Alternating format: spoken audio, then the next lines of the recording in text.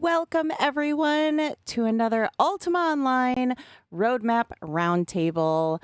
I am your host, Fenico, your community manager, and I am excited to be your host today. We have a lot to cover, but before we dive in, a quick reminder. This roundtable is being hosted live on the official UO Discord, where we'll also be running some exciting giveaways throughout the event, so be sure to stick around and participate. Now, let's take a moment to introduce the members of our development team joining us today. We have producer Chironix, engineer Bleak, developer Parallax, QA lead Misk, and our talented artists Onifrik and Billy. Thank you all for being here. As always, if you have any questions during the roundtable, feel free to post them in the Roadmap Roundtable chat. We'll do our best to answer as many as we can throughout the stream. You're also welcome to post them in Twitch and YouTube as well. So we'd love to hear your questions, so flood them on in here. All right, again, welcome, everyone.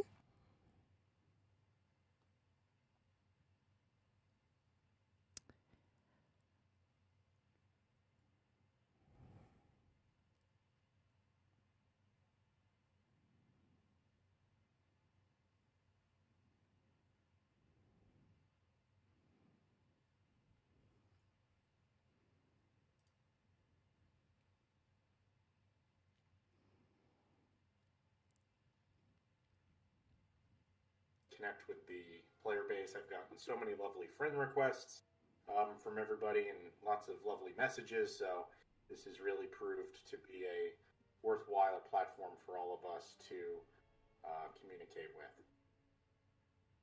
Also loving all of the profile avatars. These are amazing.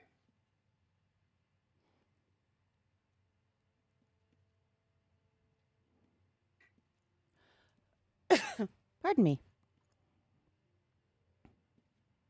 If anybody also wants to hang out with us in game, we're on TC1 at the interdimensional radio station, also known as the City of Minot. Mm-hmm. Just look for the giant antenna. It is a pretty snazzy little area.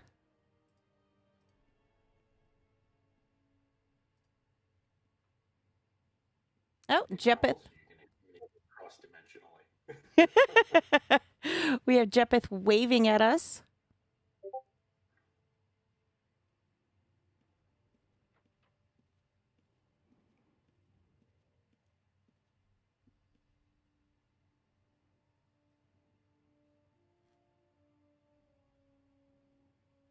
Awesome. Just give it another minute here, Fenico, and then we'll kick it off, because I still see some people filtering in. Absolutely. Lots of people waving in game, though.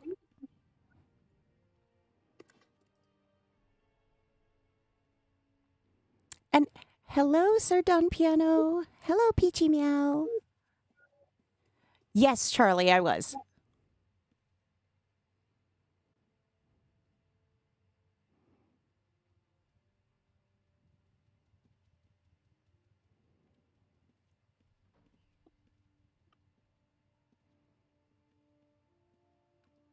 Cool. All right, Fenico, let's kick it off. Awesome sauce. Let's get started. So why don't we start off with one of the more I don't want to say hard questions, but let's kick it off. Let's kick it off hard. So during the last Roadmap Roundtable, we're going to bring it around back.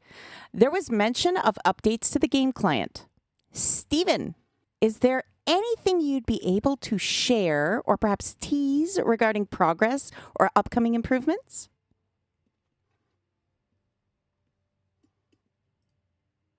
Sure. The client update is in full swing. We're we're steadily making progress with increasing the frame rate. Right now, there's still some internal testing that's being done on my side, but we're making steady progress. Um, we're currently just focusing right now. We're just focusing on updating the backend renderer, as well as allowing the game screen to have more flexibility and resizing. That sounds great. You're pretty busy, aren't you? Yeah. Yes, there is only one, but he's amazing and we love him for it. Ab- To piggyback off of that, a lot of folks have asked about that client update. Originally, we'd hoped to get something facing this summer, but looks like that's going to get pushed into the fall as we've had to kind of refocus our engineering efforts on some other engineering critical things, especially related to coming shattering for New Legacy, which we'll talk about here in a little bit. But also, folks were asking about, what additional quality of life features could be expected in the client update. And I think the last time we talked about it, Stephen, it was basically like, really anything is on the table within reason. It's really about getting this back end done so we can even start to see what would make sense for those quality of life updates, right?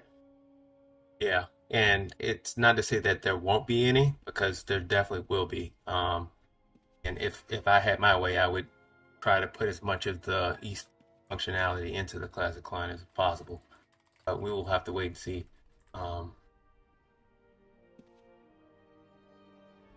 Yeah, how old's the classic client at this point? In 97. And they say you can't teach old dogs new tricks. Okay. Yes, old enough to drink with sauce. Okay. We've got some questions actually coming in already. Thank you so much for sending in your questions. That's awesome. So one of the things is I have a player asking, his name is Ruarks, and I apologize if I butcher that name.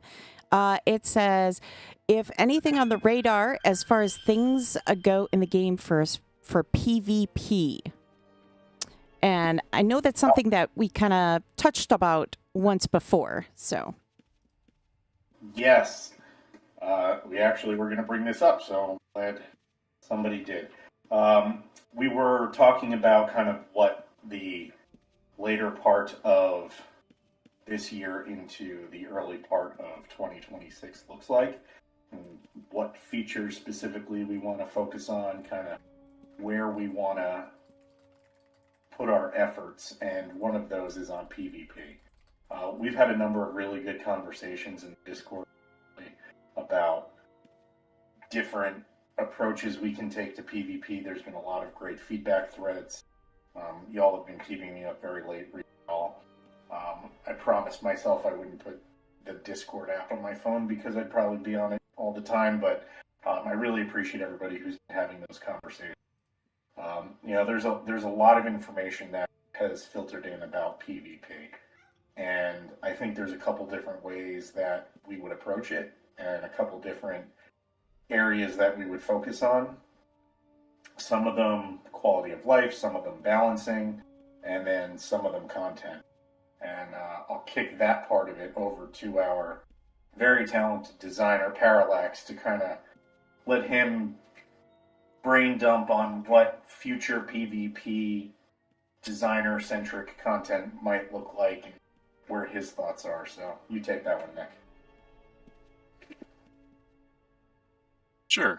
As Greg said, we've been having discussions about PvP and what we can change, and what we can add to it, what we can do to revitalize it, engaging with players in Discord and the forums.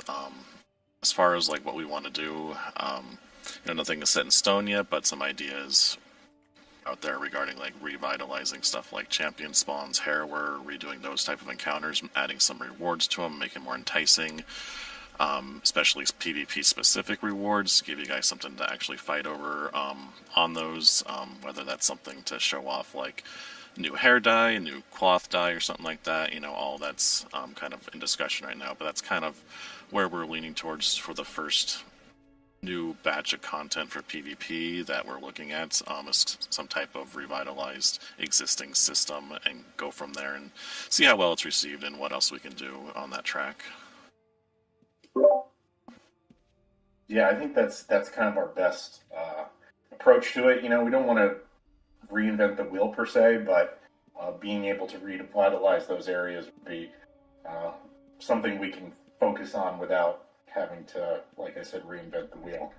I'll also use that opportunity to tease out that coming in 2026, there are going to be some new holidays in the world of Britannia, and I will leave it at that. But other than to say, some of those holiday rewards may be PvP focused. So you'll have to wait and see. Exciting. We've got some other questions that have been coming in. Neferenia, I love your name, by the way, was asking if there was plans to add more storage anywhere in the housing. You can have as many houses as you like to put all of your favorite things. Anytime. But adding storage increases to the existing housing stuff, probably not. We've got a lot, on certain shards at least, there's a lot of empty land out there. On some shards, I know that's not the case. But we have a number of different storage options, from building another house to the vault tokens and things like that. Also, to remember that there is a performance side of it too. We can't have a completely unlimited number of items, despite the fact that it's almost 2026 and the hardware is upgraded. There are hundreds upon hundreds of thousands of items. A lot of the issues that we've had in the past, part of the reason why we try to keep things away from housing areas specifically when it comes to events and stuff, is because of they're so item heavy. So we want to spread you guys out, get you off into the wilderness. You want more storage? Build another house or take advantage of some of the existing. There we go. Okay. And Mara Jade would like to know if there were any plans on any more BOD rewards. Crafting, that's definitely a Parallax question. That's his favorite thing in the whole wide world.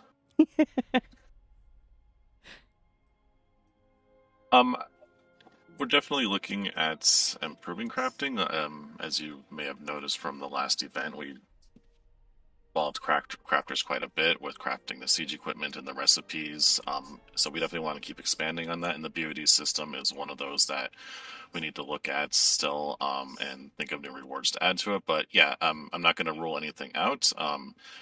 When we possibly would add new stuff to the BOD system, it's probably going to be next year sometime when we look at that. But yeah, we can definitely look at adding new stuff to the BOD system for crafters. Don't want to let them feel left out. Want to have some fun stuff on there, so definitely. Awesome. And Anne Nomaly asked if there was going to be any cleanup point reward updates.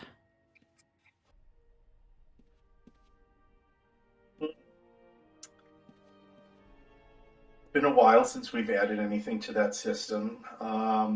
Potentially. Okay. Or more stuff we can trash. Okay. I know Anne, and I'm sure she has an entire house full of everything. Okay, so many questions. Oh my goodness. Okay, another player, and I apologize. I forgot to write down your name, but they had asked with the Clydesdales and everything that's been going on with this event, it's kind of started to revitalize Ilshanar. Are there any more plans to kind of add that revitalization to other areas of Ilshanar? Ilshanar is my favorite. We've done a number of events in Ilshanar over the years, and that's a really good question, and I think a great segue to tease out some of what we've been working on, what our very talented artists have been working on.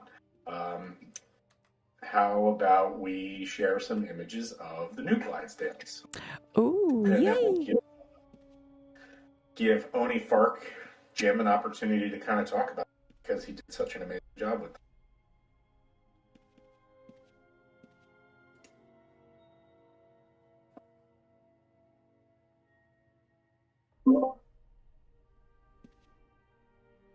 I am personally unable to see where they're being shown, so I will drop them.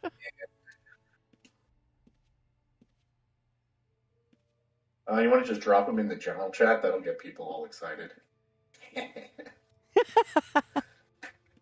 Yeah, drop a screenshot in the general chat, Fanica. Oh, in the general chat? Sure. Yeah, then it'll be like, oh, if you're not listening to the roundtable, look what you're missing out on. I can definitely do that. Where are they being shown currently, though?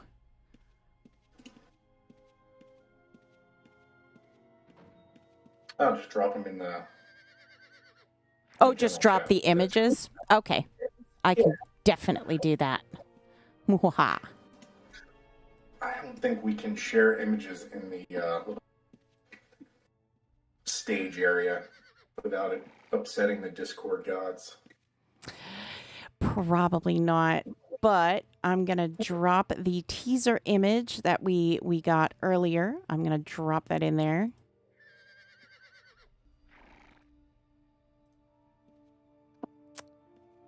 Look what you all are missing.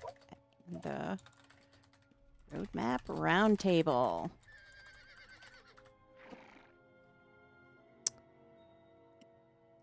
Okay. There we go.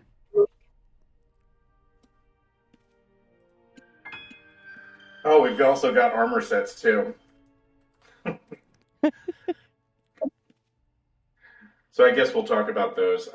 Yeah, so one of the things that we are really excited about is some upcoming equipment. Or, as I said, our talented art team has been very busy with building new assets. And if anybody remembers, a couple of weeks ago, I asked Dragon, well, this is what happens when those questions get answered. So, yeah, Jim, why don't you talk a little bit about kind of what your thought process was on the design of these concepts? So this might be the first set that we've actually put out where we're trying to hit every single area of it, as in we are going to have, if you look on the left, that'll be the robes for the non-gargoyles. Second one is for the gargoyles. We're adding a dress. And then I believe the armor on the far right is going to be 6 pieces. I believe that's what we have it slated for at this time.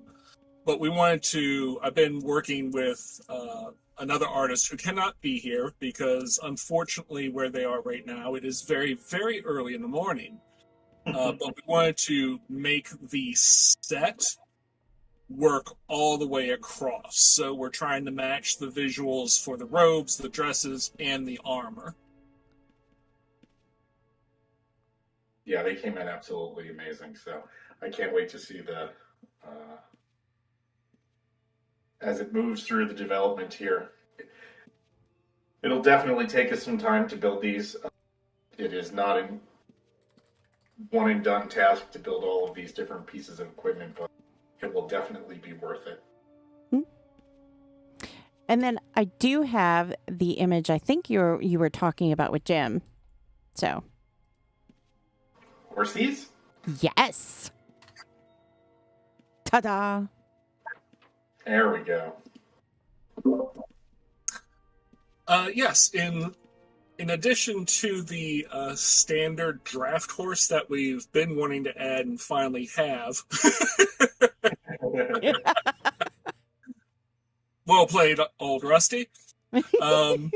We're also adding 4 elemental horses: an earth horse, obviously to represent the earth. We've got a electrical horse that we are linking to air. We have a lava horse, which we are linking to fire, and then the last one is the ice horse, which we are linking to water. That way we've got an actual 5-set expansion for actual draft horses in the game, so they are meatier, they're heavier, have a bigger impact visually. Yeah, I was really shocked at how well the air horse came out, and absolutely grounded by the earth horse. Yeah. They are Yeah, absolutely... the anime. They're so cool. May it take root in the heart of our players. Yes, they're so cool. They're so darn cool. Okay. Oh, I just got a text message. Oh. It says, "Oh, it's time for a giveaway. It's from the UO treasure chest, and it's time for us to give away some loot." Yay! All right, people. You know what to do. It's time to give away. So get ready, because when you see that button, you're going to want to click that button. Well, what are we giving away for this giveaway? The first giveaway, which I am starting just momentarily, is going to be for 200 tickets to the Arcane Outfitter. Ooh, Perfect opportunity to change your style. I love it. Snazzy. All right, everybody. You got your mouse ready? Your trigger finger ready? Everybody's like, "Where's the button? Where's the button?" Oh, no.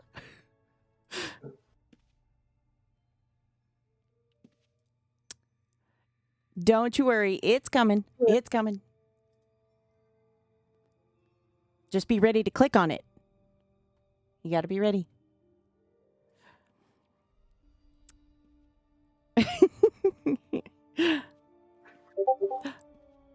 There it is. It's in the giveaways area. That's the giveaways area in the Discord. So hurry, hurry, hurry. Click, click, click. Enter, enter, enter. And we're going to be doing a couple of these throughout the live stream and the roundtable. So if you don't win this one, you've got 4 more chances before we conclude. So Awesome. Yay. Look at those numbers just fly. Wow. It's a very short timer on the giveaway, so make sure you enter if you're interested. Yep. You got to get in there. You got to click it fast. You got to click it fast. emojis are going wild right now. I was just watching those just kind of flip. They look like one of those old counters. All right. Let's look at some other questions that we have gotten thus far. Are there another player wanted to know if there were any more transmogrification potions that were in the works for the future? We're always looking at new targets for transmog potions. There are some that we can't do, like it would be really tough for us to do weapons because of the special moves and things like that. But other non-weapon equipment slot items, certainly. We always want to provide, part of the reason why we're doing new armor sets is to provide new transmog targets so that you can continue to customize your characters how you.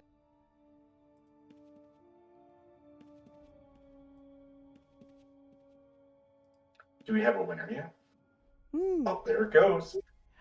Who won? Congratulations! Nuitari, Sandman, Sphinx, you won!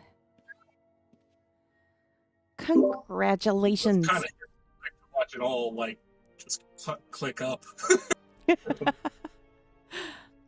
Oh, that's another good question. Eccentric Penguin wants to know, are there any more coup costumes coming? Oh, like we did with the doggies? Mm-hmm. Specifically, they said they'd like a German Shepherd. A German Shepherd doggy. Mm-hmm. Perhaps. We don't have anything on the immediate timeline for new costumes, but we do have lots of animals to choose from, so we'll see. Yes, I know in one stream, somebody mentioned they wanted a Chihuahua to ride. You would crush the poor thing. Yeah. I mean, we could always make like little Chihuahua boots. That way, you got to get a pair before you can actually count as riding. Oh my goodness. Sadly, we don't have a skate animation. If someone wins the giveaway, Fenico, how should they go about clicking? Oh, so if you win the giveaway, what you can do is you can let me know and give me your information and just basic stuff. You don't have to give me everything. Please don't give me everything. Just let me know the name of the character and the shard that you would like it on. Message me directly. I will get that and we'll get you that prize. Yeah.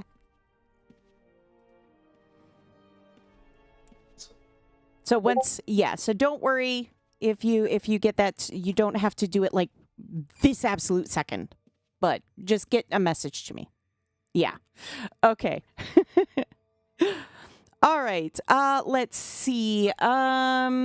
We had another question asking if there was any ideas or plans to kind of incorporate more of the role-playing immersion side of Ultima. In what sense? Do they want to kind of expand on that? That's kind of a broad question. Yeah, I can ask them if, they're listening. If you want to expand on that question, just, post it. And I know your name already, so I will expand on that when I see your reply come through. Let's see.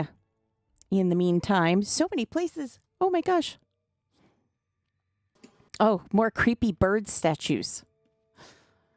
I know, Jim, that's your wheelhouse. I am a horror guy. I am. Yes. Okay. Well, why don't we, while we're waiting for her to come in with that question, let's go into some questions that we do have kind of set up already. Let's start with Greg. Have you ever had to kill a feature idea that you personally loved, and what led to that decision? That's a good question. There was an idea that I had a long time ago when I first started designer, and it was for something called the Bloodletters Quest. And basically it was a riff on like kind of a serial killer roleplay style in UO. Kind of dark.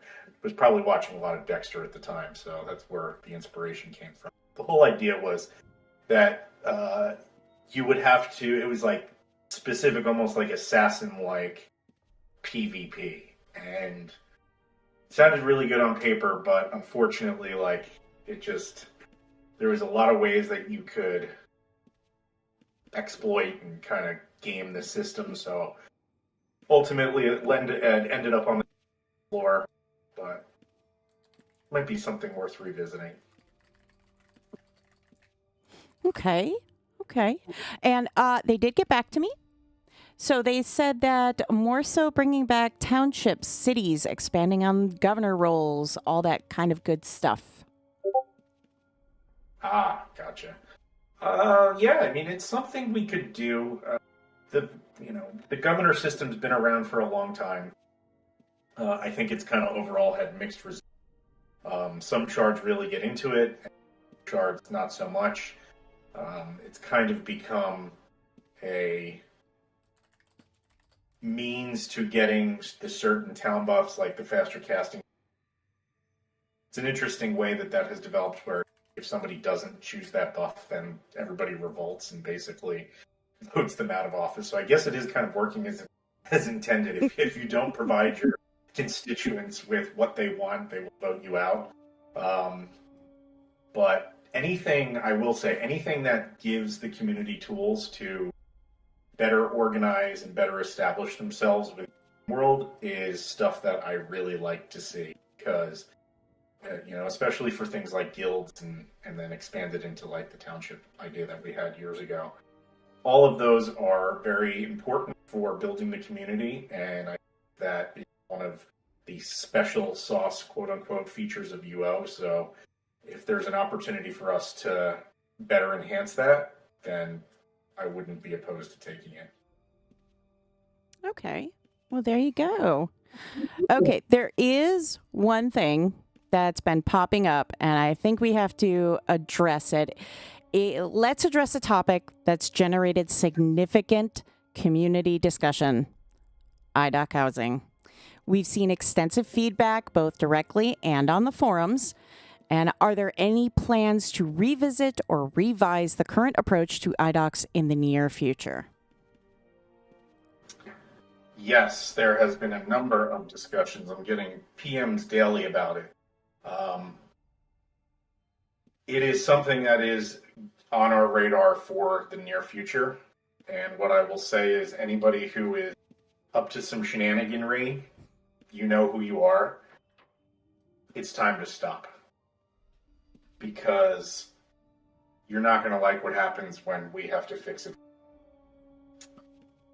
Now, that being said, there are some changes that we can, and Stephen and I were having that conversation earlier.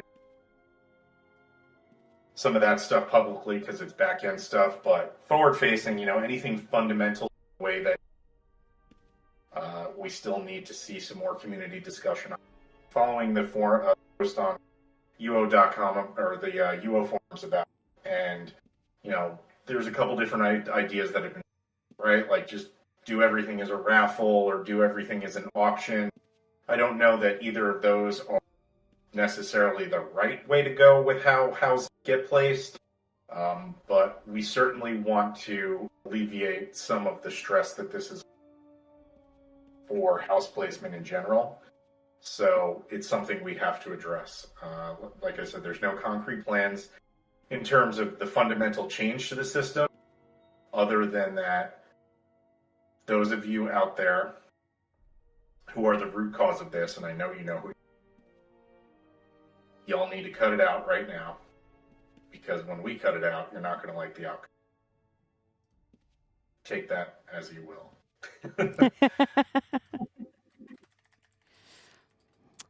Okay.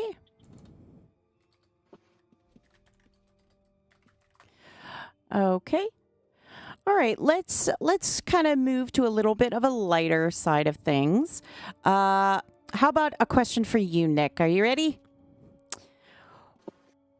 Shoot. What's a system or feature that seemed simple on paper but unraveled into something much bigger during development? That's a fun one because honestly, I could answer that and say most systems in UO. UO is 27 years of lots of systems built on top of each other. And when you start out, stuff is often more complex than you think. It could either be because in order to update one thing, you have to follow a chain of files and update it in many places, and you just have to figure out where all those different areas are. Other times it's self-inflicted just by expanding out on systems you're designing as you work on them. One example of this I can give is the Antiquity system on New Legacy. That originally started off with just kind of as an update to the Vesper Museum. That ended up expanding out into a multiple faceted event where you have a logbook to track your antiquities, you have the archiving forms to get information on them, you can put the forms into a book so you can store all of them in one nice place. There's a leaderboard that was added for tracking against players, house names, and guilds. There's a dynamically updating display room in the museum that rotates daily, and then also the reward vendor. So that's kind of one thing that started out small, simple. Hey, let's add some new stuff to the Vesper Museum, and it ballooned into this whole event thing. for the better. That system is pretty well received, I think. But yeah, most things I would say end up getting some level of complex when you start digging into them. So. Okay, awesome. Alrighty. Let's move on to another question. Let's see, Michael. Misk. What's the QA's team's biggest challenge when testing legacy systems that interact with brand new features?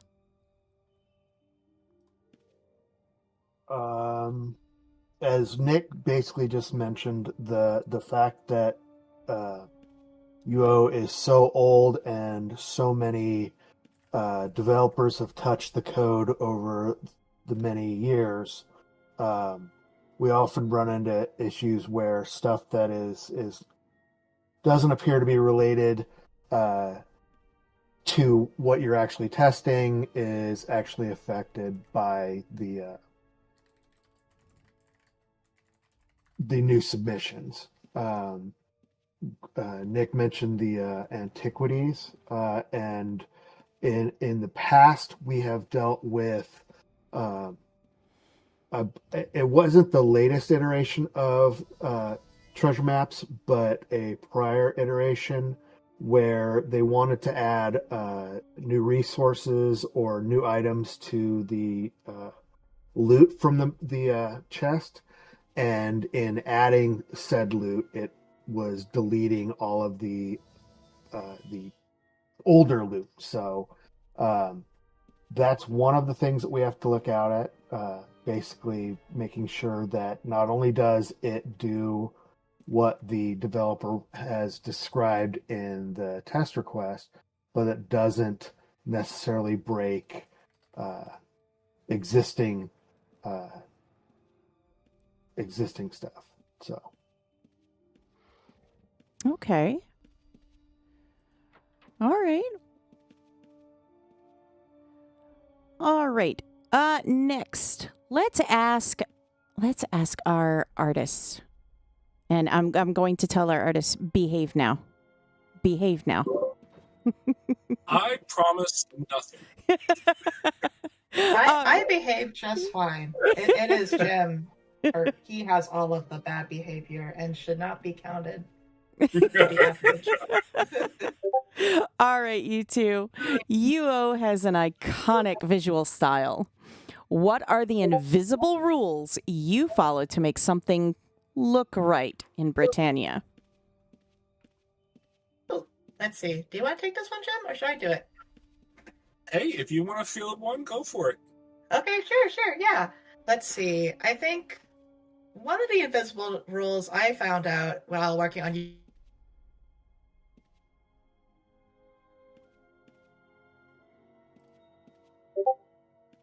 And we lost her. We lost Billy. Oh no. She got matrixed. She bravely went to answer. Have we completely lost the Billy? Maybe Oh, sorry. I it's like, but basically, wait, can you guys actually not hear me? Oh, We can hear you now. We hear you now. hello? Okay. Sorry. There was like a really loud thunderclap just now, and I don't know if you guys picked up on it, but I was just like, I wonder if that did anything weird. Anyway, yeah, that was super loud. But yeah. Oh no.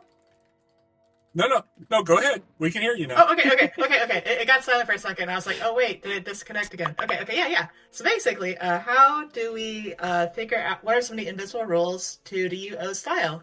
Well, I think one thing that I kind of like definitely caught myself underestimating in the beginning was like, you don't want anything to be too crisp or too clean, because then it just kind of like really sticks out and just looks too like modern, I guess, for lack of a better word.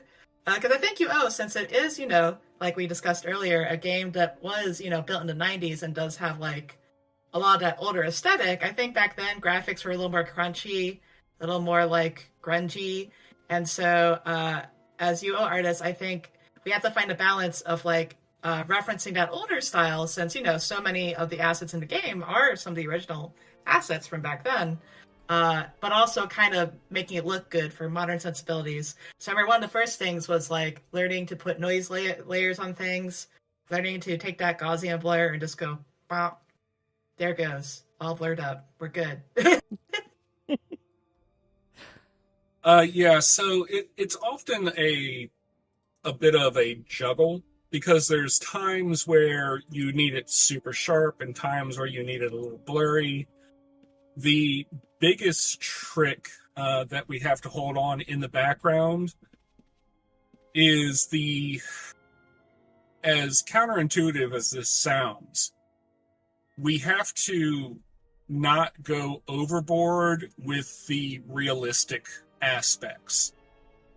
As an example, oh, great, we've made a cat, and look, it's nice and cute, and you want to pet it, and it doesn't look right.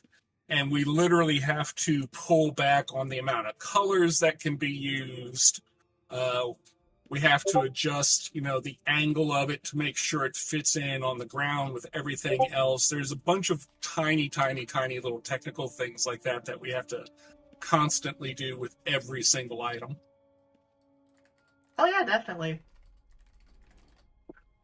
Billy has done an absolutely fantastic job of completely embracing the UO art style and delivering Oh, some thank you. that are, as I like to say, absolute fire, as all the youngsters like to say these. Especially some things for the upcoming publish to production, which will be, drumroll, all of our holiday stuff that we traditionally do across the fall. Woo! So we've got some new pumpkins, we've got some new holiday rewards. Our other artist who couldn't be here has done a fantastic job developing some new gift containers to collect this year. We've got holiday gifts that you'll be able to collect during the holidays when you log your player in and you get your player gift tokens. Parallax is cooking up a sweet event for Publish 121, and all of those wonderful assets will be up for grabs. So I'm excited for you guys to see that. Yes, the orchid stuff. Billy did the orchid stuff. It came out amazing. Yeah. Thank you guys. I love to make those little orchids. It was really fun. Like, I do enjoy anything that has like lots of little tiny details. I think are especially a really fun challenge, because you gotta work with like little pixels and like make sure they convey what you want them to convey. And that's always like a really fun challenge too, because it's like no two objects are the same. Fun fact about the orchids, the concepts for those came from a friend of mine who is a member of the Orchid Society. Oh yeah, try it. You showed me all those photos. Yeah, I was like, hey, do you have a whole bunch of pictures of orchids I can give artist friend over here to draw from? And she was like, of course. I got like 900. Do I? Yeah, orchid people, they take orchids very seriously. Yes, but the orchids, underestimated. The orchids, I can say the orchids have been one of the number one things that everybody has been super excited about is the orchid fountains. Everybody's excited to get those in their houses. So I would just like to say that Billy also did the art for the Void Obelisk from this current event that everyone really likes. So you have her to thank for that art as well. Very awesome. Hey, thank you. Yeah. Jim also helped me with that one a little bit. So team effort. go team. I'm always in the background. Go team. Okay, I have been getting so many questions. Oh my goodness.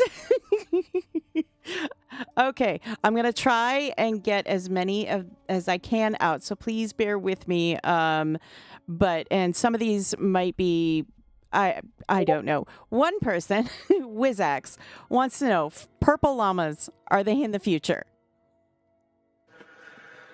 Purple llamas? Purple llamas. Like the ones you get Like the ones you get from the very same. energy vortex? Mm-hmm. Oh, a mount. A purple llama mount. Sounds like a really good high-end PvP reward we can toss on the harrow. Oh. Oh, I like that idea. Okay, another one that I got in here. Like I said, I'm going through. I got so many. Tim wanted to know if imbuing will be able to match close to the legendary gear that drop.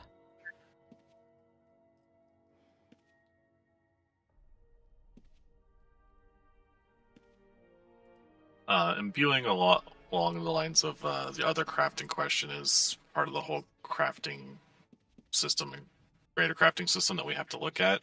I know a lot of people have expressed concerns with imbuing falling behind of current event drops and even legendary artifact RNG, so it's definitely something we could look at when we look at crafting. I can't guarantee that you'll be able to imbue like 12 mods on an item. That might be a little broken, but it's definitely something we can look at improving or adjusting in the future to try to keep crafting from not falling behind to current drops in the game. Okay, sounds good. Kind of filtering through some. I know some have sent the same question in, so it's.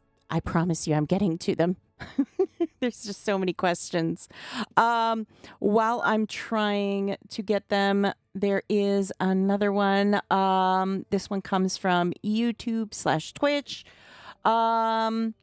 Somebody asked, and I thought this was, I do believe it was Charlie. They said, is there any wild, like, legacy code that, quote, must not be touched, like the famous JPEG in Team Fortress 2? Anything related to teleportation. Land. Yeah, that's like the third rail. Yeah. It's okay. We figured it out. Teleportation is it's a dark place. It's a dark, dark place. Oh, no. You're not having flashbacks now, are you?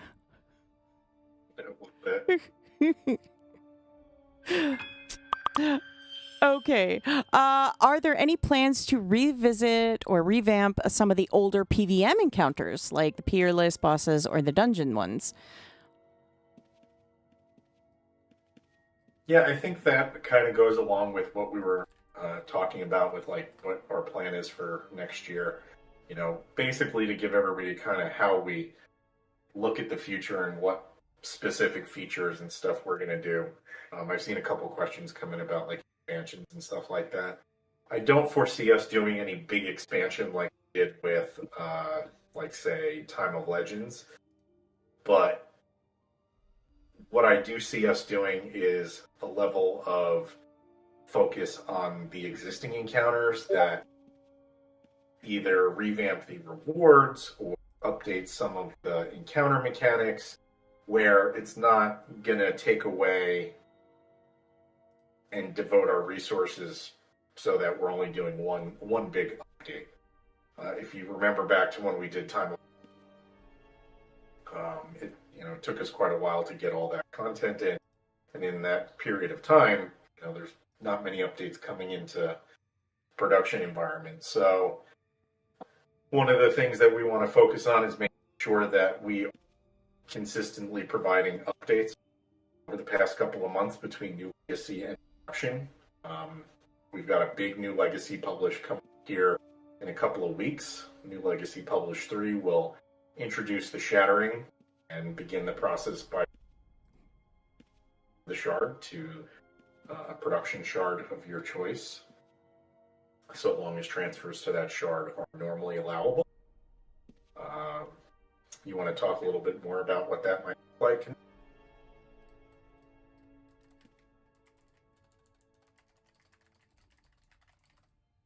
Yeah.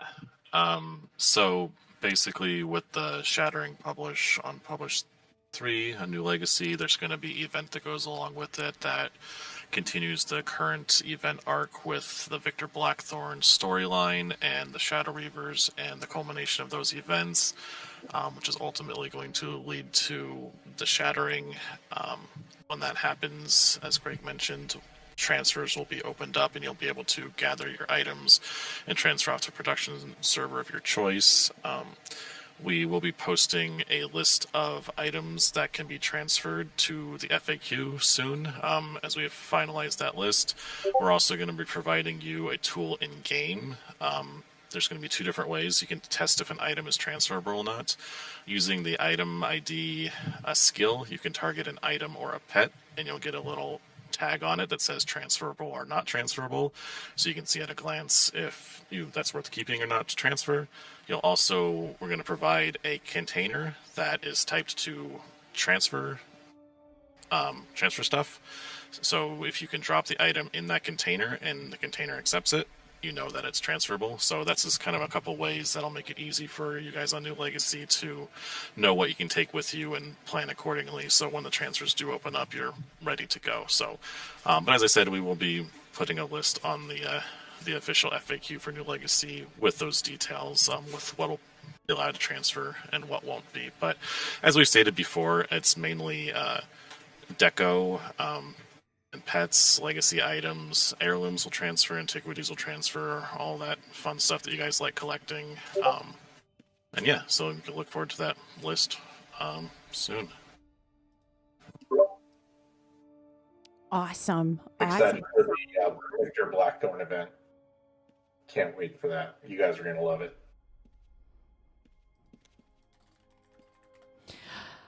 Okay. We've got another question. Blue Kitties wanted to know if there will be glacial coups in the world.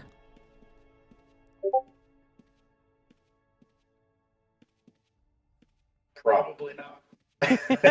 Sorry, dude. All right. Another question that came through was 30th anniversary. I know we kind of touched on it last time, but they wanted to know 30th anniversary party or kind of gift thing, or is there anything that, is in the works or thinking about being in the works? Nothing concrete just yet. I know it'll be here before we know it. Such a momentous occasion, though. I think that's awesome. It's been a while since we've had the opportunity. During the COVID years, all that kind of stuff went away. So I'm not going to say no, but we'll have to see. Okay, awesome. Got some people just kind of posting, not really questions, but just kind of posting that they would love to see Chaos versus Order back. So that's kind of coming through. Oh, hold on, I'm getting a call. Oh, it's time for a giveaway. Oh, yay! All right, guys, you know what to do. It is that time again. So what you're going to do is you're going to keep an eye on that giveaways area of the Discord. And when you see that, when you see it light up, make sure you have notifications on, by the way. Otherwise, you're not going to see that. In there, you're going to see where it has the giveaway, and you're going to want to click that enter button. So don't miss it. It's only there for a very short time. So be sure you click that button as soon as you see it. There it goes. Hurry. Go on, everybody. And it looks like this one. This giveaway is for you. Oh, sorry. Go ahead. Oh, no. Go ahead. I said this giveaway is for your choice of a vanity mount from the UO store. Ooh. Nice. Ooh, I love this one. Yes. I love the vanity mounts. Love the vanity mounts. Speaking of vanity mounts, Ronan asked if there will be a rideable lion. We were just talking about lions the other day.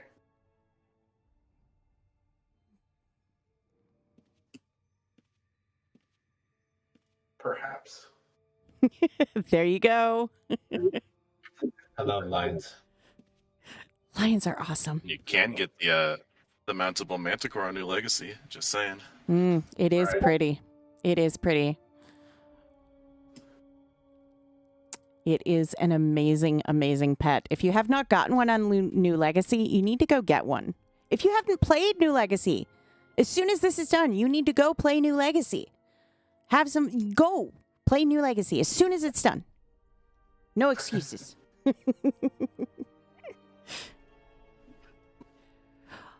All right, that giveaway is not going to last much longer, so hurry up, click that button while you can. Oh man, 60 seconds. Yeah. Okay, 60 seconds. Come on, hurry up, click that button. Don't miss out.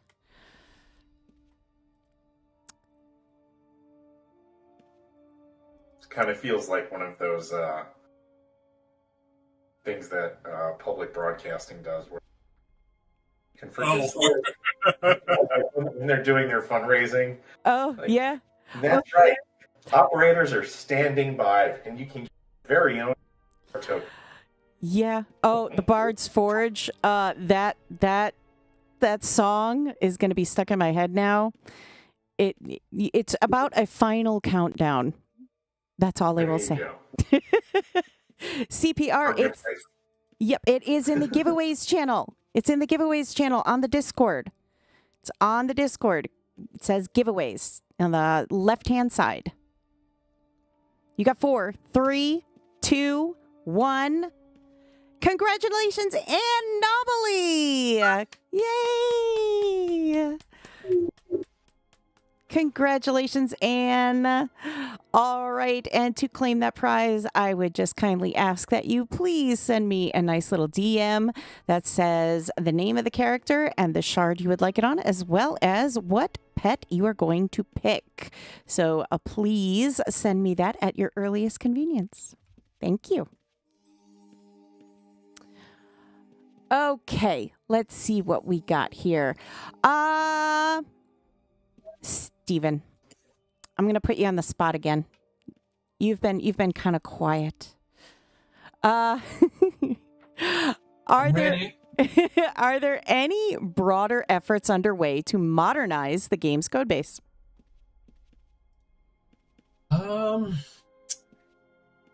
Well, besides the updates to the client code, there are a couple of back-end systems that are also being in the process of being updated. So we have a pending update to vendor search that will potentially speed that up and kind of remove the issues with searching for things by name. So that is queued up as well. And this is we're dealing with code from 1997. We have updated the servers, which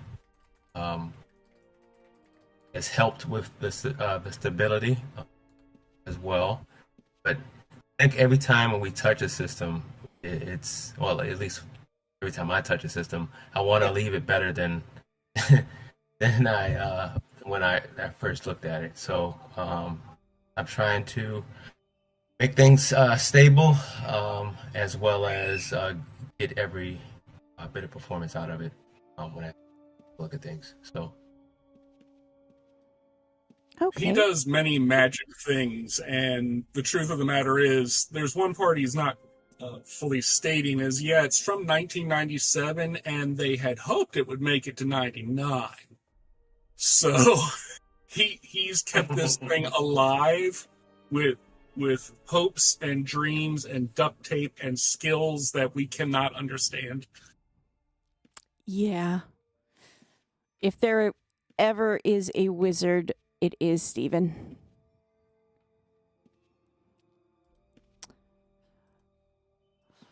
All right. Another question that's come in is, will there be a jewelry box search option in the future?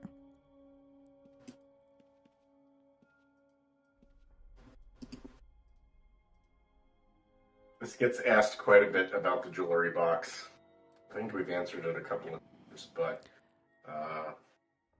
basically it's not as straightforward as one would think. I don't know, Stephen, you want to shed some more light on the technical why just creating a searchable jewelry box isn't something we can... Sure. I mean, I've thought about this quite often because it's been brought up quite often. The best thing we can do is allow for the searching of the items on the actual client. I mean, I think it's really akin to something like how you can currently search for items in the enhanced client, like in a bag and things like that. But it's just how the jewelry box is architected is the real issue, which we potentially can resolve. It's just going to take some time to kind of work around those restrictions to allow it. I'm not saying it's off the table, but right now it is not a priority for us. Okay, that's a sound answer. Alrighty. Let's just make an entire new item. Yeah, I think one of my favorite comments so far is a person from Earth who saves Cesaria over and over is Bleak the Avatar. Yeah. I love that one. All right. Let's go. Let's round it back to you, Greg. Oh my goodness. UO is a game with a lot of inertia. What do you do as producer when the right call isn't necessarily the popular one?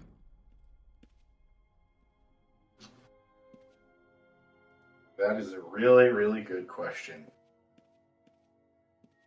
A lot of times you have to look at it from, and I think this goes beyond just this specific example, but any time you're dealing with game development, you have to be able to look at all of the different lenses by which the game is going to be viewed from, and you have to look at all of the perspectives, from the perspective of the player, from the perspective of the associated business interests, from the perspective of, different types of players, from the perspective of how whatever it is you're deciding is going to fit into your broader goals and the roadmap. It's kind of like playing a real-time strategy game, but in real life where the stakes are a lot higher. I've seen there were some ridiculous insinuations that on the forums, like somehow the development team was up to no good with certain individuals letting people do things because they were paying us off. I mean, that kind of stuff is just absurd. For most of us on the team, we've dedicated the better parts of our professional lives to this much. And everyone on this team has the utmost level of I don't think you can find other game development that have been for nearly as long. I start getting Facebook updates that things we did in the office were more than a decade. Kind of get a little sentimental, but also a little freaked out. But to suggest that somehow there's any is just ridiculous because we take it so seriously. So you have to take a look at all those aspects, and at the end of the day, you go with your gut, right? You look at all the data, and you say, all right, what is going to be the best decision that we can?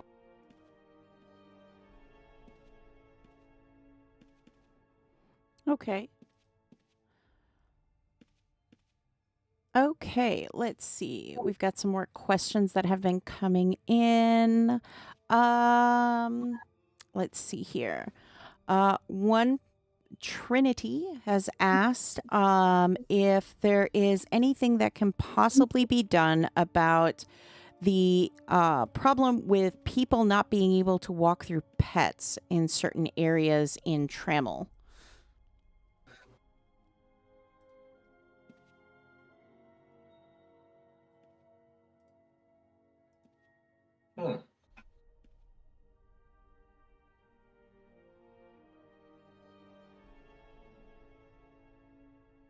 I assume the question is pets not walking through pets? Yes. Because people can always walk through Yes, pets. yes. They said pets being able to walk through. Yes. Yeah, I imagine that's an underlying server thing. I don't know, Stephen, if you have an answer for that one. In Tram, it might be a flagging thing, potentially. We'd have to look into. Not sure if that is currently bugged up or not. Michael, do you know if we have that? I don't believe that is in this system right now. Okay. I know we've looked at pathing a couple different times. It's one of those things where somebody asked earlier, I think you asked, like, one of the dark corners of the code base right up there with teleportation is pathing.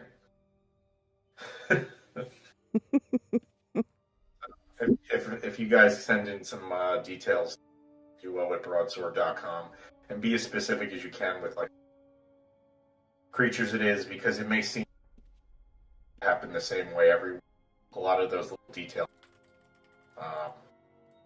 when you're sending in bug reports.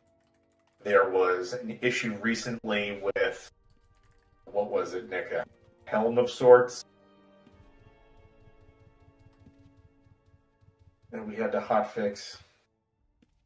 Yeah, it was a specific case where this issue only broke if the helm was transmogged and then transferred, and in that specific case, then the issue occurred. So we were looking at it, we were unable to reproduce it, and then we figured out finally what the issue was. But yeah, just weird things can happen. Yeah, exactly. Like that one little detail about the trans missing from the report, and we're like, this is what they say is happening. And then ultimately we got the information we needed. So it's very important you guys be very specific when you're submitting bugs, and we'll get it bugged up and get that resolved in publish 1, if not 122.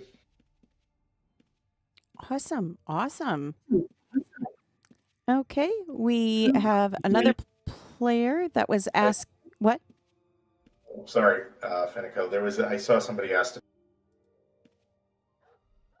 new armor sets being paper doll avatar.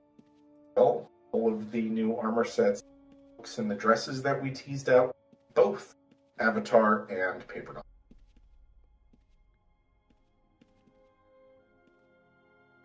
For all the pieces. Yes. Okay. I am actively working on that now. Yes. Ooh. Okay. So EDA, I'm not sure if it's an abbreviation or a name. They wanted to know if there was any thought about potentially doing a kind of a weapon bag container that works similarly to like the spellbook strap.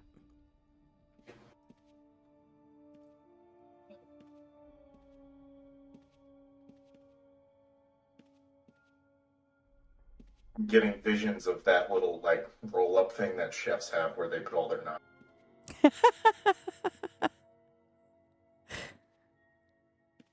Yeah, it's possible.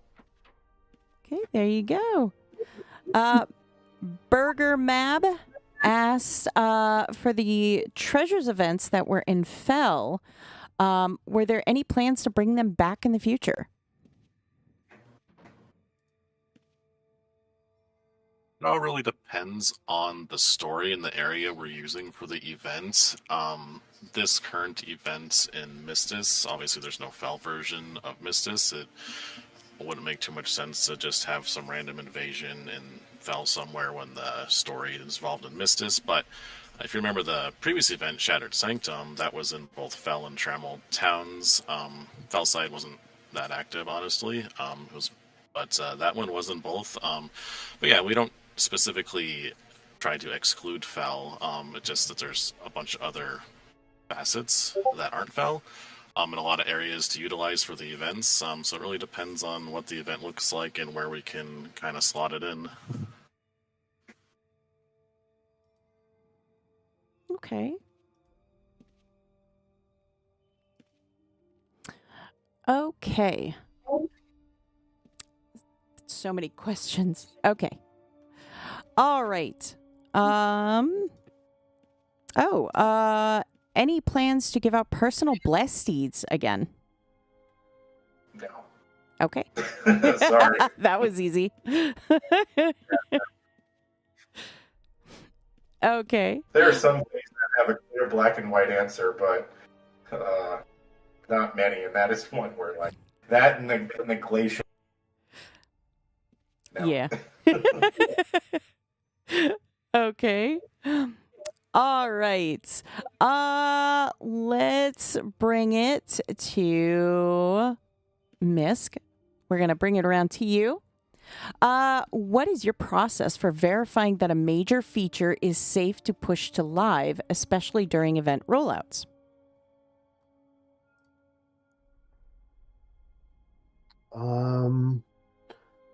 That kind of depends on the feature itself, but generally when I get test requests sent to me, they come in waves. So like for those test requests, one might be for a list of the new mobs or pets that would be related to the event. A different one would be for the rewards that were added for the event. And then I'd also get one for the actual walkthrough of the event. The first step is to make sure that the internal testing shard build works properly, because there's long been a saying that you are not actually a part of the development team until you break a build. Secondly, we basically go through and make sure that everything provided in the test request either functions or spawns as described, and I make note of anything that may appear to be either way too powerful or far too weak. And then thirdly, I'd run through the encounter with a non-editor client and make note of anything that needs to be addressed in terms of like maybe it's too hard or too easy. And then at that point, I go back and revisit any content that I've marked or highlighted as potential problem areas, try to break them or find exploits to the event. Once I get all of the bugs submitted on my findings, they're sent back to me and I make sure that the bugs are squashed. And it's basically a rinse and repeat that. Very cool. I always love hearing, and I think a lot of people would agree. They like hearing the process that goes on with that kind of stuff. So thank you for sharing. No problem. All right. The next question comes from Garrett. Garrett is asking, what is the philosophy and concept behind the Shadow Weaver's Embrace item?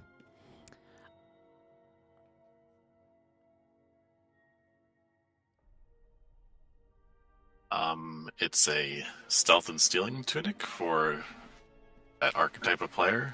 Was there more to the question than that? They said that they understand it has stealing and stealth, but they don't know how it fits into any concept of any archetype. It doesn't have enough stats or stealth for a stealth player. It doesn't have the right stats for a thief. Okay.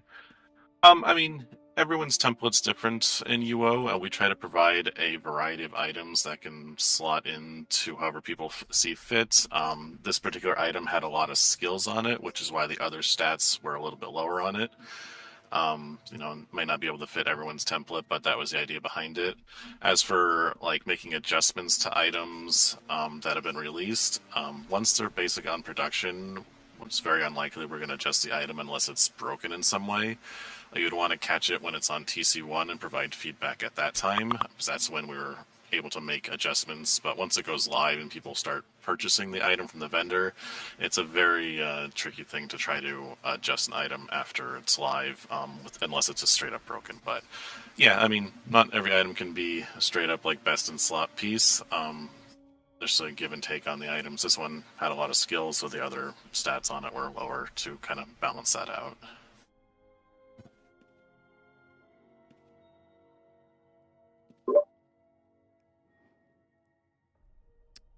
Okay. Hello? Hello? Who's there? Oh, it's time for a giveaway. Oh! Yay! All right, guys, you know what to do. Head on over, check out that giveaways channel. Make sure you have notifications on for that channel. Otherwise, you may miss out. Once you see that little giveaway thing light up with that enter button in there, you're going to have to click inside there. Then you're going to hit that giveaway button. So you're going to hit that enter button. And Parallax, why don't you tell us what they are going to win this time? This one is coming shortly, and they are going to win an Orb of Ethereal Transcendence. Turn your vanity mount into an Ethi. Ride around in style. Woohoo! Yay! There it is, everybody. That was very right. And tell them what they're going to win. A brand new car! No, you're not getting a car. No, there's no car. All right, go ahead and hit that enter button. You don't have long. You have less than 2 minutes, roughly 2 minutes. So hurry up, click that enter button so you don't miss out on the Orb of Ethereal Transcendence. I mean, what have you got to lose? It's free. All you have to do is click the enter button. That's all you got to do. So hurry up, get in there, click that button. I feel like I should have one of those really long microphones. The real skinny one that Drew Carey has on Price is Right. Yes! All right, everybody. 1 minute remaining. 1 minute.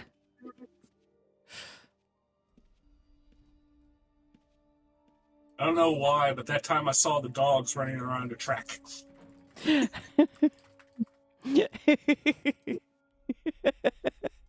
All right. Hurry up, everybody. If you have missed it, click that enter button now. Don't miss out. Less than a minute is now remaining.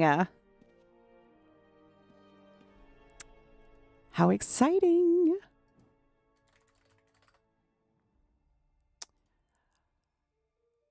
This is so exciting. If you don't win this one, a couple more opportunities before the end of the live stream. Sound effects from somewhere.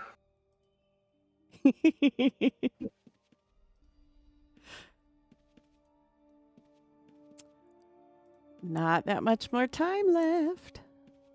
I love all the emoji responses. Yes. We have the best emoji. I know. I'm loving the emojis coming through. Less than 10. And 5, 4, 3, 2, 1. And there it is. Congratulations, Derek, who likes dragons. You have won. Congratulations again. Derek and Anomaly, please go ahead and send me a direct message and just tell me your character name and the shard you would like it on, and we will work it out so that we can get you your item. Thank you so much. All right. I wonder if Derek likes dragons. Maybe. All right. There was a question. This Charlemagne was asking if a vanity pet stall could be something that could be looked into, kind of like an add-on thing. So it's they said it would sort of work like the new Magencia stall, so you can show off your pets and builds, but not have to sit at the stables to show them off. More deco for the house. There is something similar that we have on the you may see in a few public related to how you can store pets and show them off. So stay tuned for that one. How We exciting. recognize that lots of people have lots of pets. How many pets do you have, Nick? 10,000? At least. Yeah. So we want to provide some more opportunities for pets. So. Yeah, I think I've got way too many too. So. All right. Let's move on to another question. Let's see. For the artists, what are some tricks or limitations in the art pipeline that players might not realize you work around every day? I would say the biggest one is the request for different animations.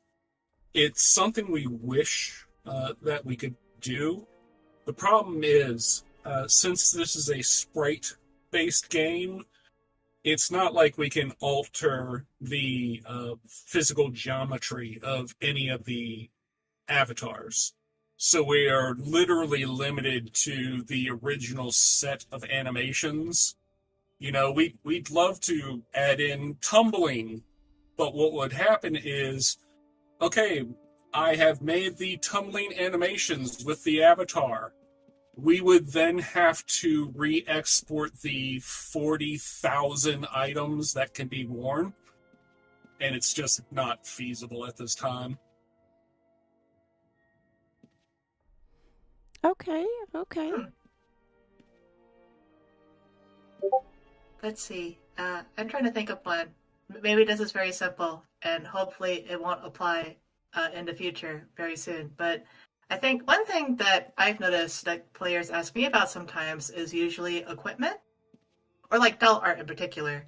And I guess just for a little bit behind the scenes, the doll art stuff is something that we, the newer artists, have only very recently been trained on.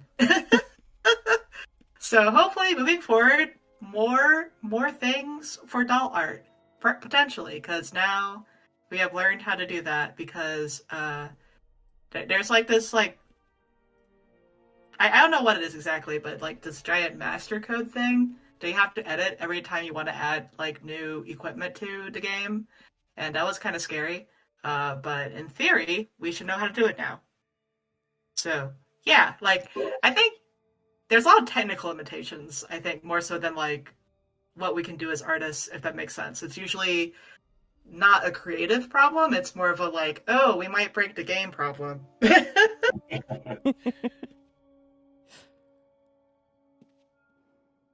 Okay. All right. Yes, I think everybody's got a lot of pets. There's a lot of pets. Okay. Next up, let's see here. There was another question. How about pet vendors? Vendors that can be sold at your house instead of New Magencia.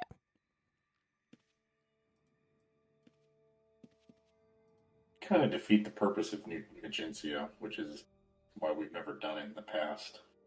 I kind of like going to New Magencia, so I would be sad. I actually think I prototyped something for New Magencia at one point. Vendors. Oh. That was a while ago. Oh.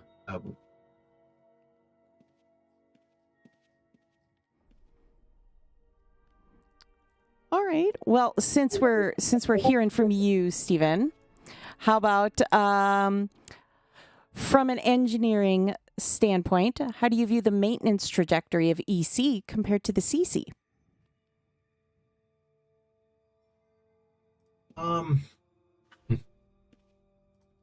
Yeah, I'm in classic client mode right now. But I do think that they both can exist at the same time. I think there's a lot of players who enjoy the benefits of enhanced client. But I also know that a lot of players who really love the original art. And so we will continue to support both of them. The classic client just needs a little bit more love at this point. But for those who do play the enhanced client, we will still be making updates and improving performance. So. Okay. All right. Another question that came in. Puzzle rooms. Are there any ideas about adding some new rewards to those?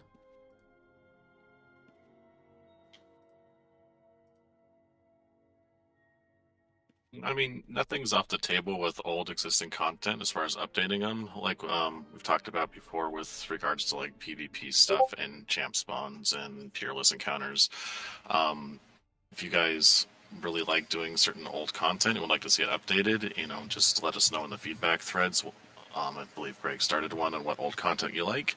But yeah, I mean, if you guys like doing the puzzle rooms, we can definitely look at updating those. I'm personally a fan. I love puzzles. I'd love to put more puzzle content in the game. I know it's not for everyone. But yeah, it's definitely something we can look at. Okay. That was a really interesting thread that had some really great feedback. We got a little off topic there, though, for a while, but I appreciate everybody who participated.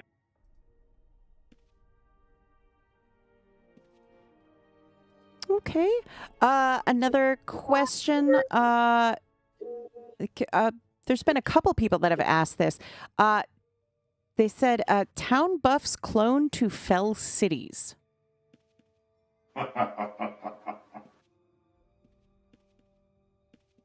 know why they want that. Oh. They want to be able to get the town buffs even though they've committed heinous crimes. Oh.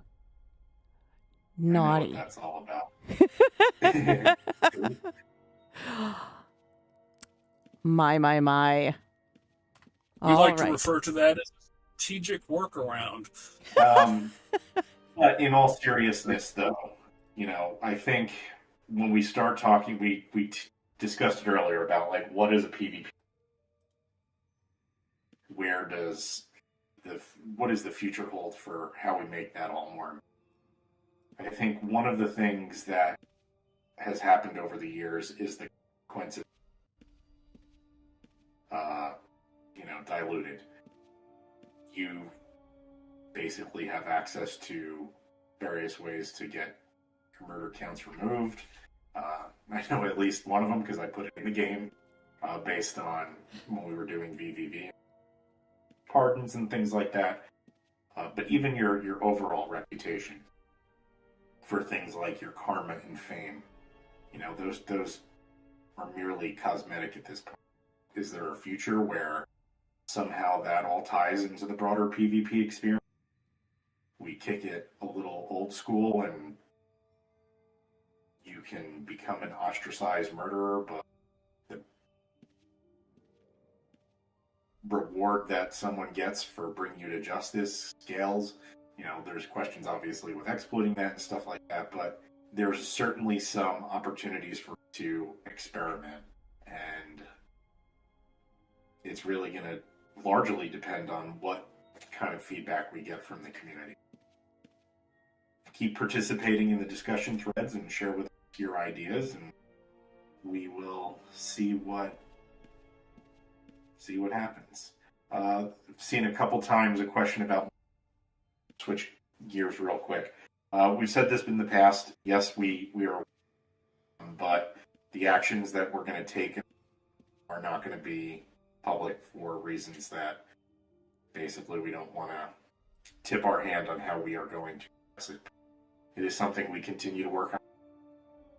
Our CS team is very much aware of it and don't think we're ignoring that feedback. It's just we're not going to talk publicly about how we're going to take chunks out of that play style. So I see your question, but no more to add.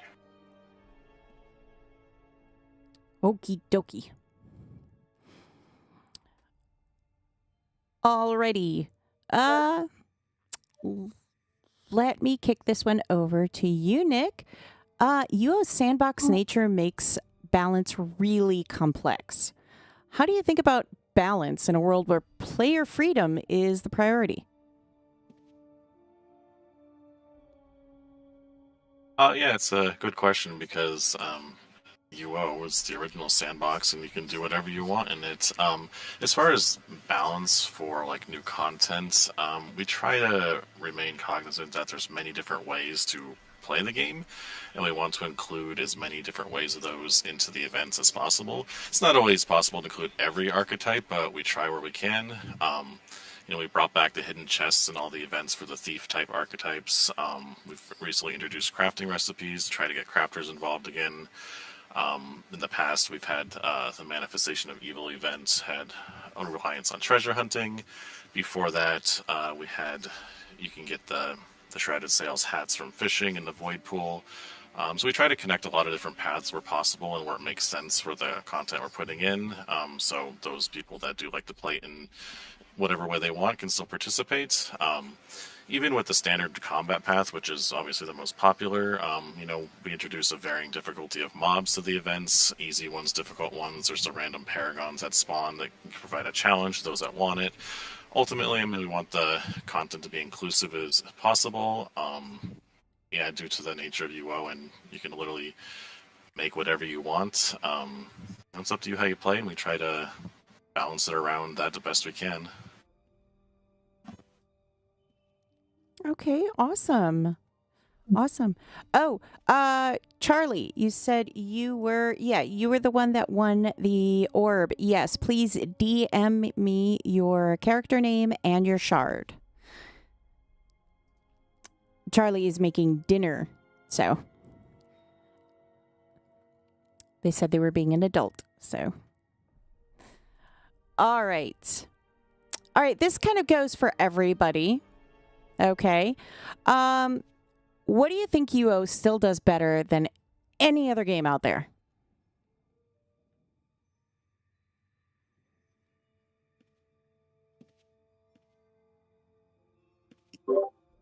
Well, I'll go first. I like that question. Definitely the community. There are very few online that are anything like the UO community. I think that in the more years than I probably care to count at this point, that I've been a part of this game, I couldn't tell you how many other games I've played. Some of them MMOs, some of them more cooperative, and it seems like in every one of those experiences, kind of just get lost in the noise. There's little pockets and groups that you can find yourself in, but there's nothing that sticks. There's no sense of togetherness like you have with UO. There's no purchase into the game world, not like a monetary purchase, investment of your time and your emotion into the game world like UO does. And I think that expands just beyond what we do. I think based on what the players have done over the years, and many people have tried to replicate that. But, we're the OG real deal, and that's why UO is the greatest. Heck yeah. I would 110% agree with that. If UO wasn't the greatest, other games wouldn't constantly be saying, "We're like UO. We have people from UO. We're bringing you that classic UO feel." You don't have to. We're still here. Exactly. Yeah. You tell them. Yeah, I have always said, and I know this gets kind of repetitive on stream sometimes, but I say, we have the absolute best community any video game has out there. We really, really do. The community is what makes, UO so magical. I mean, you guys love to help each other out, and I see it all the time, and you guys are amazing. And so hats off to all of you guys, too.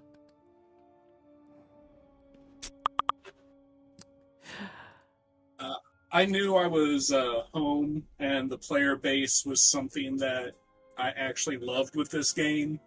When I first came on, and one of the very first parties we hosted, a young man came in pushing his grandmother with his parents behind him and his girlfriend beside them. And all of them got together with the girlfriend's other family and played UO every Sunday together. And things that special don't come along very often. Yeah. Definitely. Heck yeah. Oh, lots of nice feedback to that one. So awesome. Let's see. Oh, okay. Will we have any more keeps or castle contests in the future?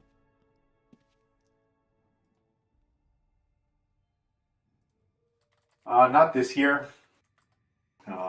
It's probably not something that we're again until our engineering resources free up a little bit, and Steven's list is kind of packed right now, so we try to keep as much extra stuff off his plate as possible so that he can continue to work on that client update and then the associated engineering stuff that had to go on with the shattering for New Legacy. But certainly something we can look at for this year. Awesome. Okay. All right. Here's another question, kind of for everybody. What's a recent feature or event where cross-discipline collaboration made all the difference?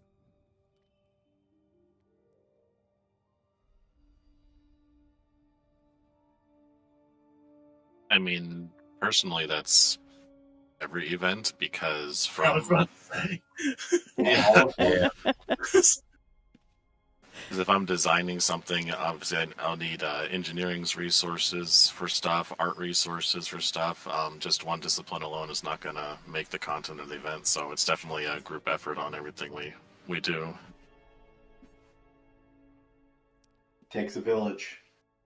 Yes, it does. I thought that bug we just fixed was pretty exciting. Which one? Oh, right. The one where Steven gave me a big list of things to do, and I was like, yeah, I'm doing it. To fix all those little land tiles. Oh, yeah. Yeah. That was a team effort. Heck yeah. Go team.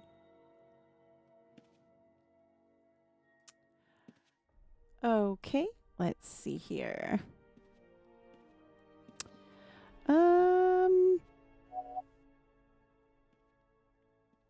Okay. Yes, Doom, I see your question. Doom wants to know can they be able to customize the house without breaking down lockdowns?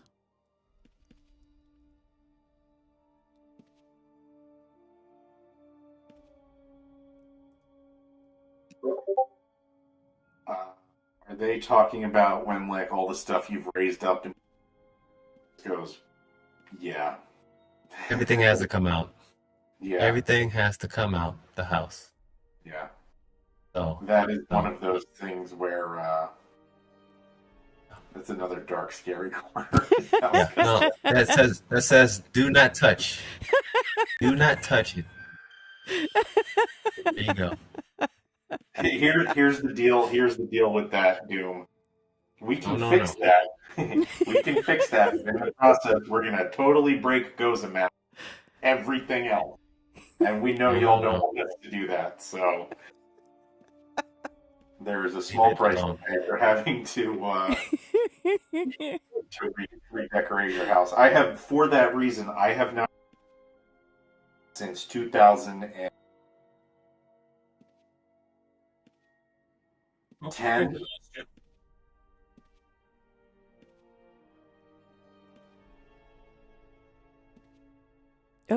Oh dear. You've gone mute. Yeah, I think we lost him. What? No, I said since 2010. Sorry, I was muting. I'm trying to find another sound effect for the next giveaway, but I guess this one will just have to suffice for the next giveaway. All right. You heard it, everybody. Keep an eye on that giveaway chat right to your left. Keep an eye on it because once it lights up, that means another giveaway is happening. And you're going to want to click that enter link as soon as you see it so you don't miss out on it. And Nick, why don't you tell us what our wonderful players are going to win next? Sure thing, Marv. We got a choice of vanity map coming up. Tell them what he's won. I am having far too much fun with this. Alrighty, there we go, everybody. Enter that giveaway. You have 2 minutes. Hurry up and click that enter link, or that enter button, I should say. Click that enter button so that you can enter the giveaway for your choice of a vanity mount. Yes, your own vanity mount. You get to pick it. It's going to be glorious. Respond with whatever emoji you want vanity. Oh, there we go. There you go. Because I added Arrow specifically for that purpose. Would you like to turn that mount in and try what's behind door number 2? Ooh, sorry, that is an energy bolt to the face, and you lose it. Oh, no. One of us will ship you a can of tuna once a month. Ooh.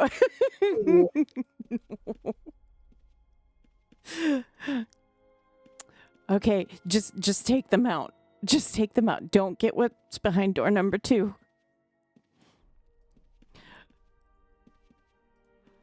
There we go. 1 minute left. 1 minute. Hurry, hurry. Click that enter button. You don't want to miss out. Ooh, less than a minute now. Less than a minute now.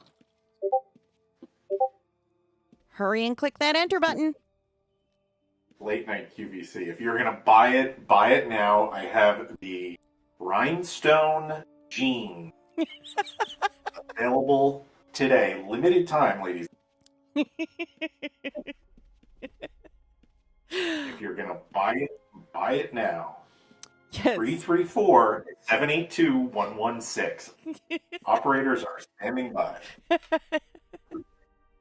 Offer expires while you wait.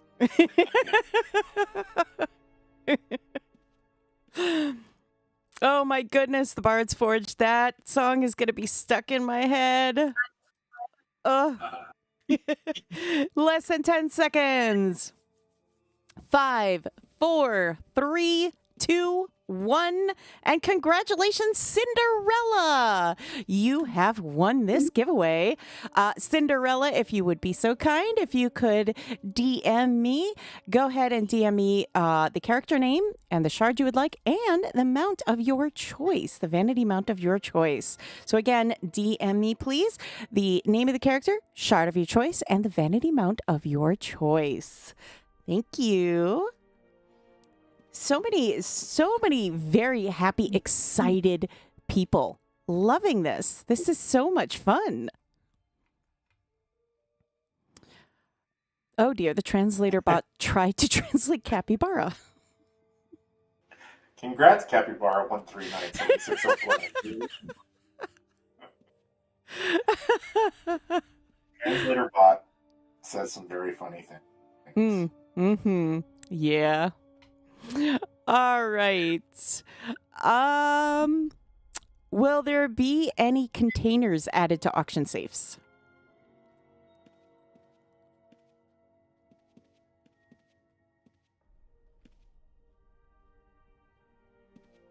New types of auction safes, or No, containers to put on the auction safe, like how you can put like a bunch of stuff in a bag and then like auction off the whole bag.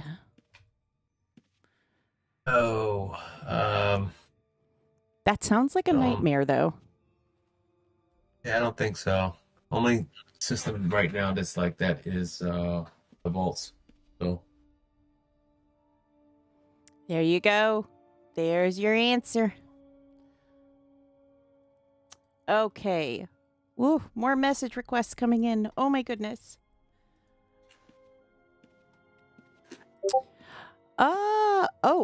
Carryable or transferable moving crate. Like a house moving crate? Yes. No.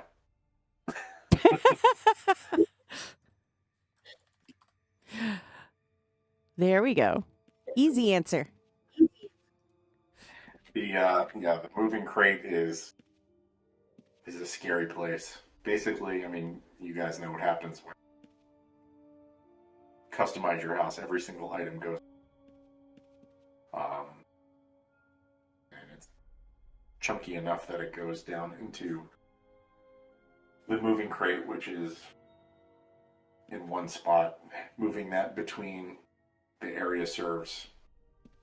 What could possibly go wrong? Sorry. yeah, that's an odd dog. Yeah. It's called a commodity deed. Yes. Yeah, moving large things. There you go. Okay. We Don't have... cross the streams. Do not cross Do the not streams. cross. You do. Listen, if somebody asks you if you're a god, you say Say yes. Okay. Matt, one of our very own moderators, has asked if there will be any new art for book covers.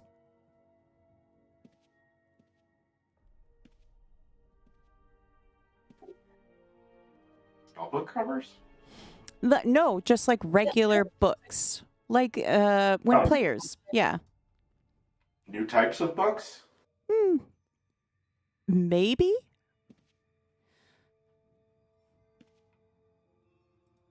Book of lore covers. Ooh. Like that. That's neat.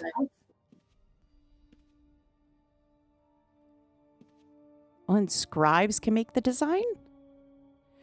Oh, to Books repeat. that don't look like ice cream sandwiches. Yes. To repeat, we've had our 4 styles of player-written books for a while. Could we get some new art for book covers? Yes, it is time that we finally add the orange M&M. No, I'm kidding. Yeah, that's something we can look at. It's tile art. We've got some really talented tile art.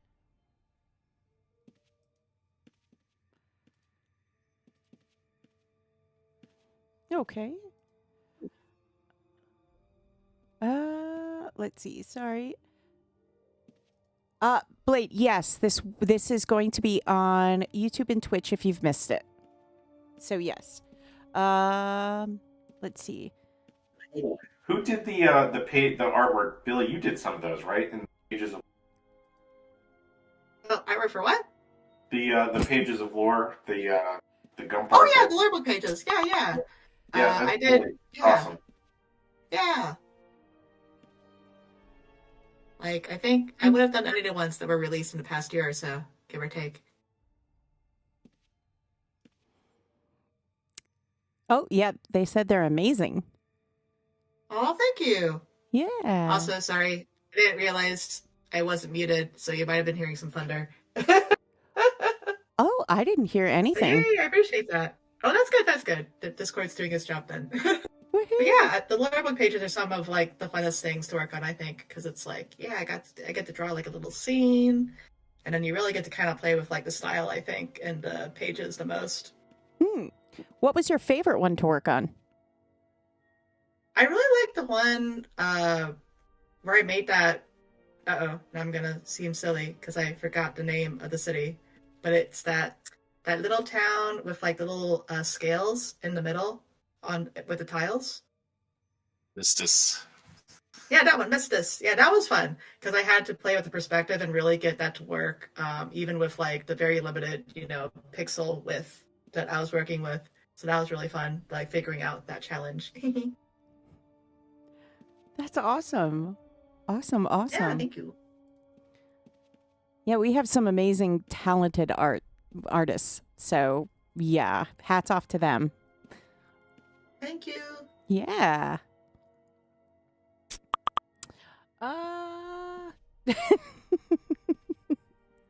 Yes, translator bot is yes.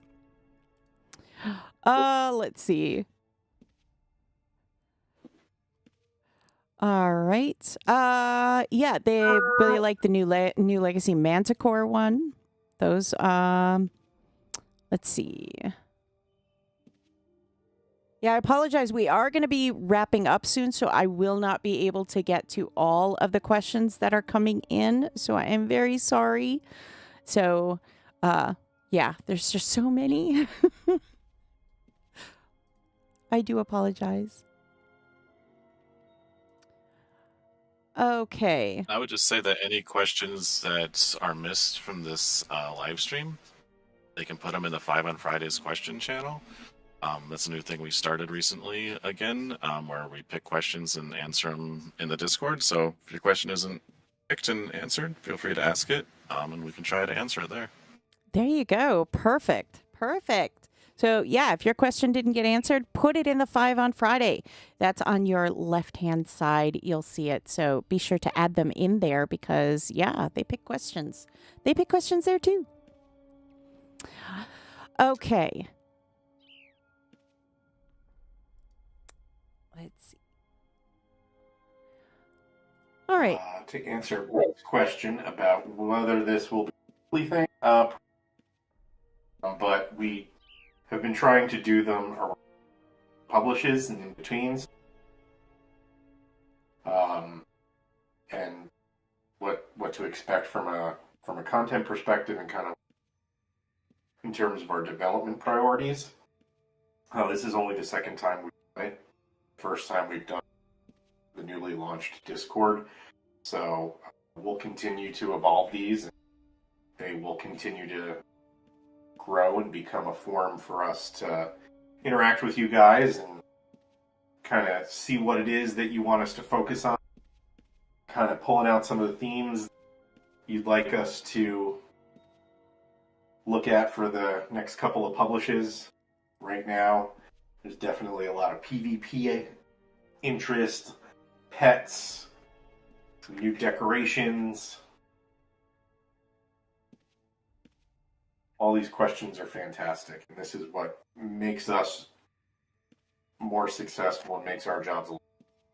Because we want to give you guys what you want, because we want to make this the most enjoyable play experience for everybody. There's a lot of irons in the fire as it spinning plates, a lot of fingers on keyboards, styluses to that fancy little drawing thing that I use that I try not to touch because I'm probably break it.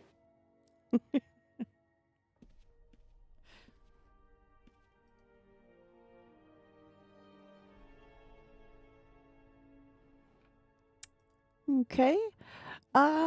Is there any last words of wisdom any of you would like to share?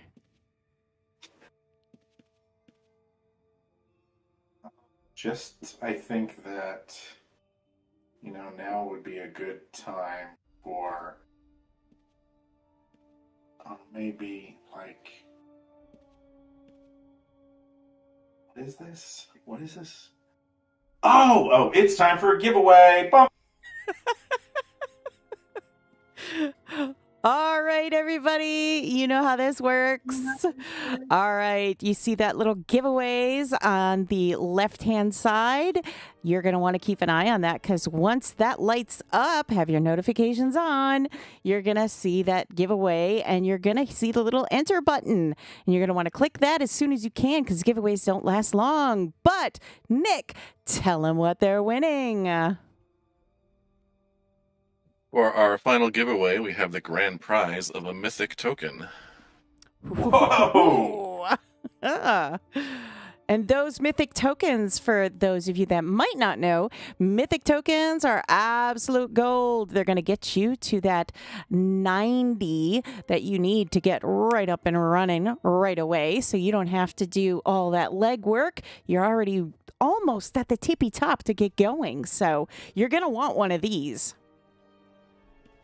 All right, less than 2 minutes. Hit that enter button now so you don't miss it.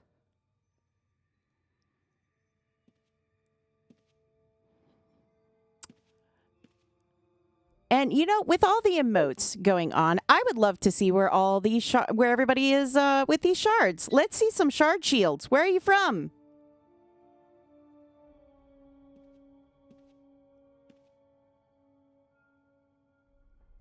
How do I do all the shards?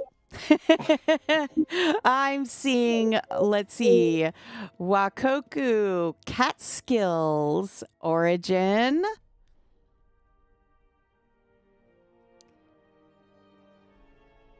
Lots of Catskills people. Wow.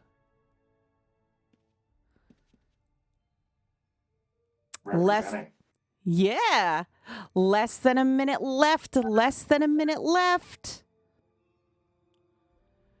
Oh, no, there's too many. I see 7 cookies. That's a place I would like to be from, Cookie Land. 8 now. Listen, we made a documentary about this, a land that sounded so good because it was ended tragedy, FYI. All right. We've got 20 seconds left. 20 seconds. This is the last giveaway. Hit that enter button now. You don't want to miss it. Mythic tokens on the line.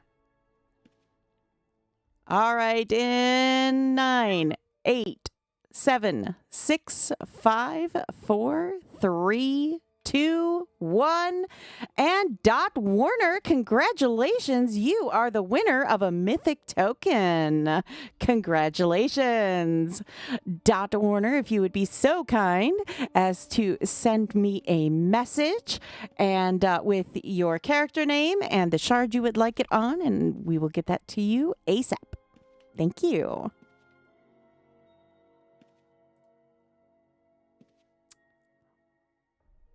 All right.